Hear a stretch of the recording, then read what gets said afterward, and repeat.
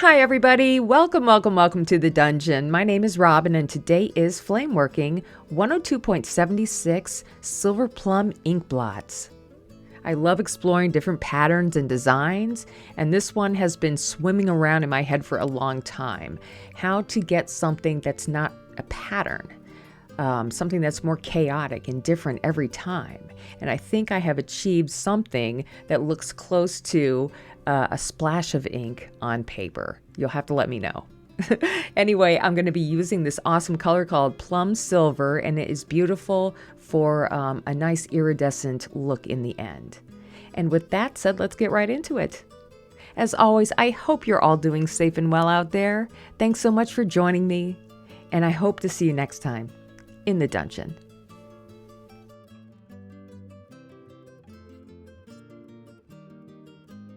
All right, I'm going to start everything out by making the shard. And I have this silver plum here.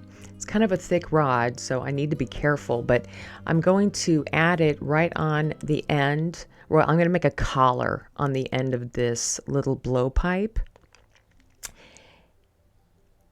And I do have the bead release on it. You don't necessarily have to have the bead release on it, but it's easier to keep clean if there is the release on it. And immediately I almost closed up the hole. So make sure you have a hole and don't put the second gather on the front of it. Put it on the side like I'm doing here. And we're going to build this up a couple times to create the shoulder of a bubble. I'm going to just roll it on my marver there just to angle it outward a little bit, and that'll make it easier for me to shape this up. So I'm going to start to add my glass on the front side of it now that the shoulder's wide enough. And I'm going to continuously turn it around. And after my rod breaks, I'm just going to grab it again and do my best to close up this hole and not to collapse the bubble inside. And then I'm just going to heat everything up until it's nice and soft, and pay no attention to that marble mold down there in the corner. I'm not going to use it. I'm just going to heat everything up and the glass will round itself out. So when I'm finished, I'm looking for a nice even heat, and then I'm going to continue to blow and turn at the same time until I get a nice bubble. And you can push. You need to practice this. And then you'll get a nice big bubble like this, kind of a kidney bean shape or a kidney shape or something. Yeah, it looks like a stomach. And then once it cools down, give it a couple minutes. I'm going to pop it right into a basket, a metal can, something, and then gently break it up. And I'm going to use a few really big, nice choice pieces for the demonstration. All right, I'm also going to use this 1.5 inch bead press, this lentil press. It's really, really pretty. It's by Catwalk Tools, and they also sell this nice press holder too. Comes in handy. All right, let's get started on the bead. This took forever for me to make, you guys. This is like almost an hour of making this bead. So I'm going to start out with this pink. The name is in the description. I forget what it's called. And for a substitute, you could use the bubblegum pink or any light pink. And I'm just going to start by winding it down my mandrel, making sure the mandrel's nice and hot as I wind it down so I don't get bubbles. And I'm looking to get at least an inch worth. I'm trying to set my sides here, and I'm not quite there yet. And I'd rather be short than too long. So I will gently coax my glass out a little bit as I go by heating up one side, the larger side of the bead, and smoothing and rolling it out. And that action will push the glass a little bit further up on the mandrel. So I still need more. Okay, keep checking, keep checking. And now I'm going to add just a little bit more glass here because I am about 1/4 inch shy of that side. So I'm going to heat up what I got, and I like to use the cool side to help me roll out the hot side. That's really, really helpful. And I'm just going to continue to heat and roll until I get to the length that I'm looking for. And that looks good. All right, let's continue. And it's all right if one side's a little bigger than the other because we're just going to build this up as we go. Now I'm going to add a whole another row starting from one end to the other. And I ran out of color, so I had to grab another rod here and continue. And when you're adding a new rod, make sure that the color you're adding it to is really soft, has a soft transition into the bead, and you'll get no bubbles. So I'm just going to kind of wiggle wrap it up and over and across the bead. It doesn't have to be, it can be a little sloppy because it will all melt in together. And I'm just looking for a nice even shape now. And my edges are pulled in slightly. That's important for this shape. So right here, I'm just going to very gently roll right into the press to set those edges, the curve that is closest to the mandrel. And then I don't have to worry about that again. But I do have to worry about this flat center part. This is where all the bulk of the glass is. So I'm going to add more color right into the center. Now, depending on what kind of bead press you might be using or whatever bead shape you're doing, it may not take this much time. So I appreciate you joining me for this little excursion to the bead press and how long it can take to fill this bead press. So after another round of glass, I'm just going to smooth it out in the press again a couple times, and be very careful if you do this not to break your bead release.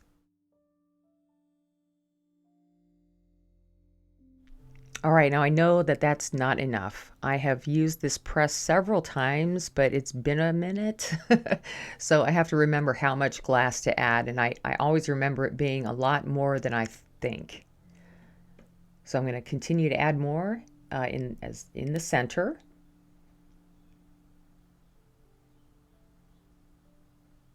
And give it a nice heat on both sides. And just focus my heat now in the center.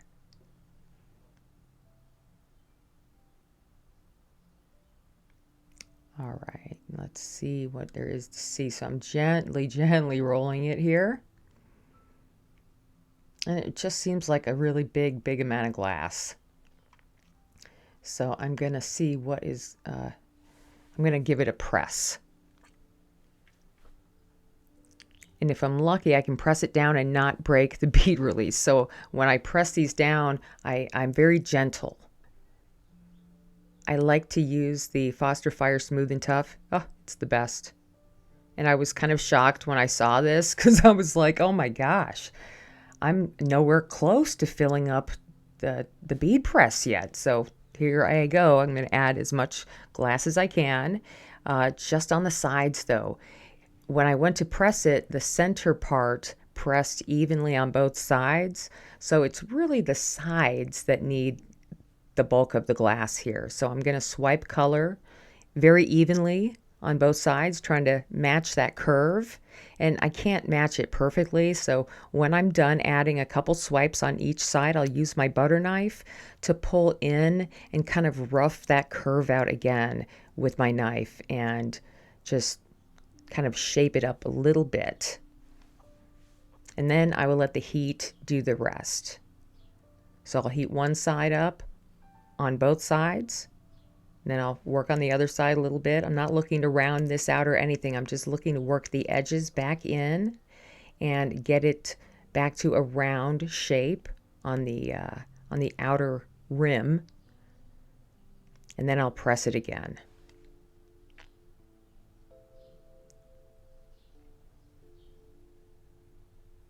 All right, and I'm still short.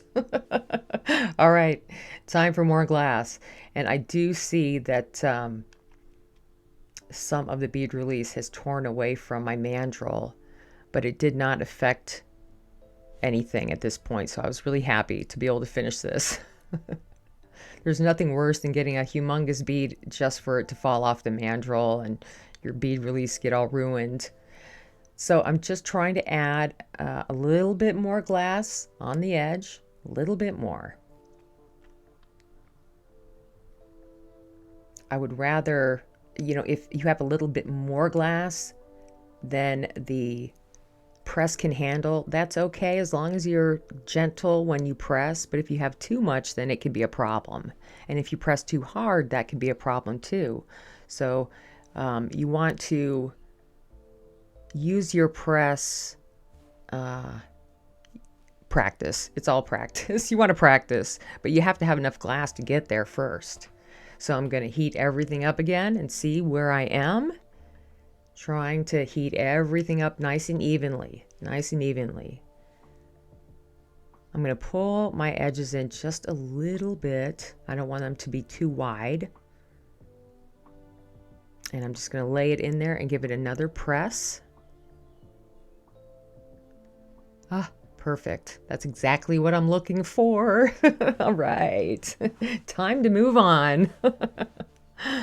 Okay, so I'm going to fire polish both sides first. And I like to fire polish from the bottom of the piece to the top, and then cool it down, turn it over, and do the other side. And your bead won't move around too much on you. Now the pattern is a dot pattern, and I'm using the same color stringer as the bead is, this pink. So whatever the color of the bead is that you're going to do this design on, if you decide to play with this design, make it the same background color or the same color. And I'm going to start by adding a whole bunch of dots wherever there is no rhyme or reason. It doesn't matter how big or small, but I'm just adding an interesting pattern all over this, and it takes forever. You'd never realize how much room there is, how much surface there is on a 1.5 inch bead until you're trying to add the pattern. So it took a while to add the pattern on here, and I'm just playing around with lines and a dot pattern, making sure that I also have some open areas where there are no dots at all. And I'll just turn my bead over and continue my pattern. And as I'm adding my dots here, I am also making sure that the whole bead is warm the whole time. You don't want to get so involved in adding dots that you forget to heat up your bead.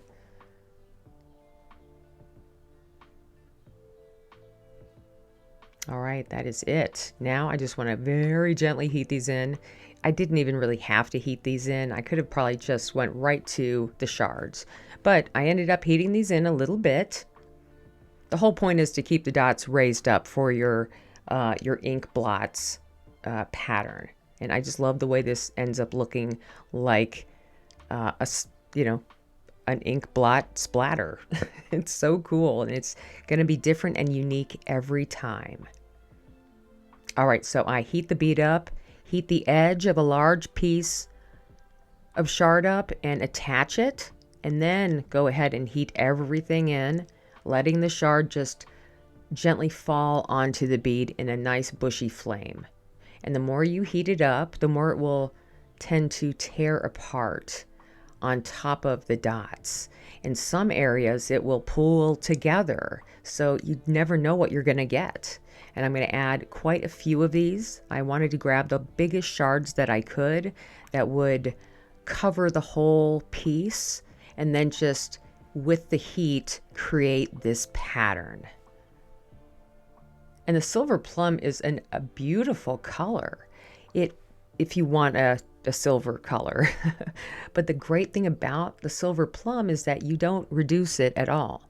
If you reduce it, the reduction goes away. It almost turns black. It's very strange. So no reduction needed. Stay in a normal flame the whole time. And it does look different on top of different colors. So it kind of gives a more of a rosy hue on top of this pink. But it will look different if it's on top of black or a green or a blue. All right, I'm going to continue to add shards until I feel like there's enough on there. I think I'm close. I was just so fascinated watching the glass pool together in areas and pull apart in areas and land on dots, and I was amazed the whole time. All right, let me pull the press out because I'm going to smooth everything down. I bet this looks great with everything raised up as well. So but I figured I'd take it the whole way, and I thought I'd add a little bit more there at the bottom, even though it kind of just blobbed up, which is exactly what we're doing. We're creating blobs. All right, let me give this a big heat, and I just keep everything moving. I never stop in the flame. I just keep it moving until it's soft enough to put into the press, and it does not have to be perfectly smooth. It can be raised up a little bit. And that's it. I love the way that everything pressed into that background. And I just love the way this pattern turned out. You guys have got to tell me what you think.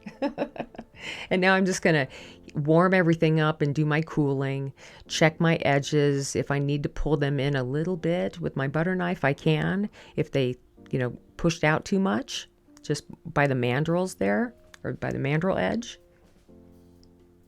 And then it's a little bit of heating. And like I was saying, with this color, there is no reduction necessary. Just let it cool down a little bit.